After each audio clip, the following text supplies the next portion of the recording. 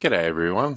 It's already February and we're starting to heat up for the year, and it's been really interesting. The partners I've been working with have been flat out since before Christmas. They didn't stop. The momentum they're building with landing new deals and clients. I haven't seen it like this before, but it further validates what I've been talking about around 2025 being the year of massive opportunity. But for most partners, it's not. I'm seeing larger client churn or staticness, same typical downturn over December, January period, and we're only starting to get started for the year.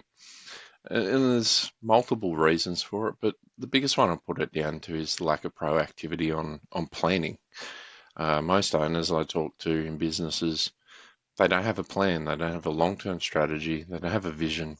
They don't know what they're trying to achieve anymore in their business.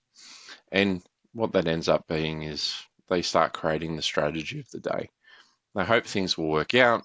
They exist and there's ebbs and flows and they don't feel like they're in control. But that's the core difference between the average businesses that I see around there in the technology industry, services industry, and the high performers. The high performers, most of them, they're not that special.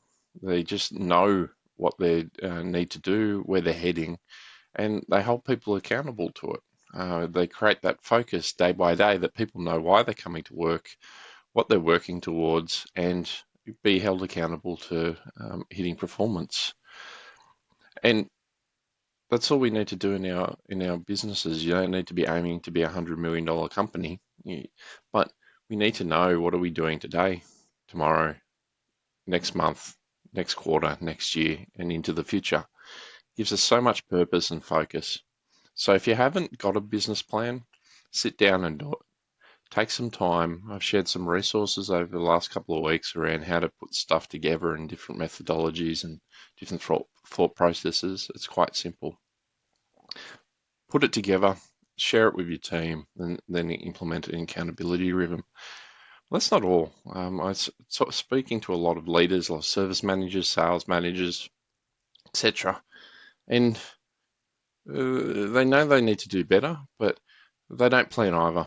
The amount of people that I provide advice to, they'll dive straight into it without thinking, just looking for incremental growth, and they run out of momentum.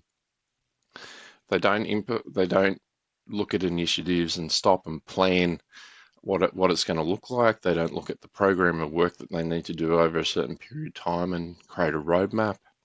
And then they don't put anything into metrics or scorecards to make sure we're working towards it. So most of these initiatives fall flat purely because it's based on energy. We get we get some energy for the first week or two. We forget what we're supposed to be doing. We fall off the rails, and we get sucked back into default what we've always done. And we need to change things. The dynamics in the industry are rapidly changing, like we all know, but it's also our business models and operating models that really need to transform.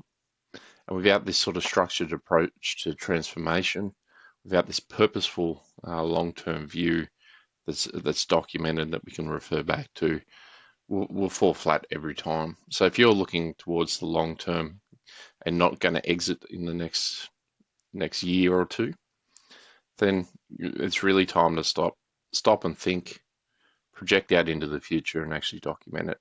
It's not just an owner; it's also the leaders of your teams.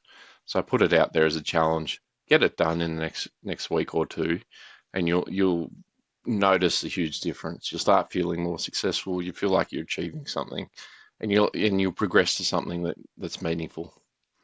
Hopefully this helps, and I hope to see more people a lot more successful this year.